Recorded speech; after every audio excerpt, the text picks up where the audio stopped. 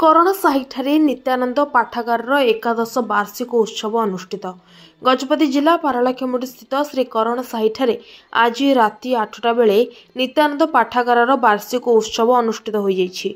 एही अवसर में मुख्य अतिथि भावे चिकिटी विधायक मनोरंजन ध्यान सामंतराय, मुख्य वक्ता गौरचंद्र पंडा, उपदेष्टा विचित्रानंद बेबर्ता, सभापति गौरहरि पट्टनायक, संपादक सूर्यनारायण पट्टनायक प्रमुख मंचस्थ होई नित्यानंद पाठागार स्थापन संपर्क विषय में निज निजर मत प्रकाश करथिले।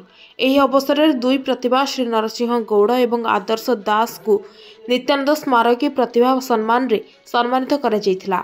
एथिसह विभिन्न सांस्कृतिक अनुष्ठान पक्षरु नृत्य प्रदर्शन करा जाय दर्शकों मन हरि पारिथिले।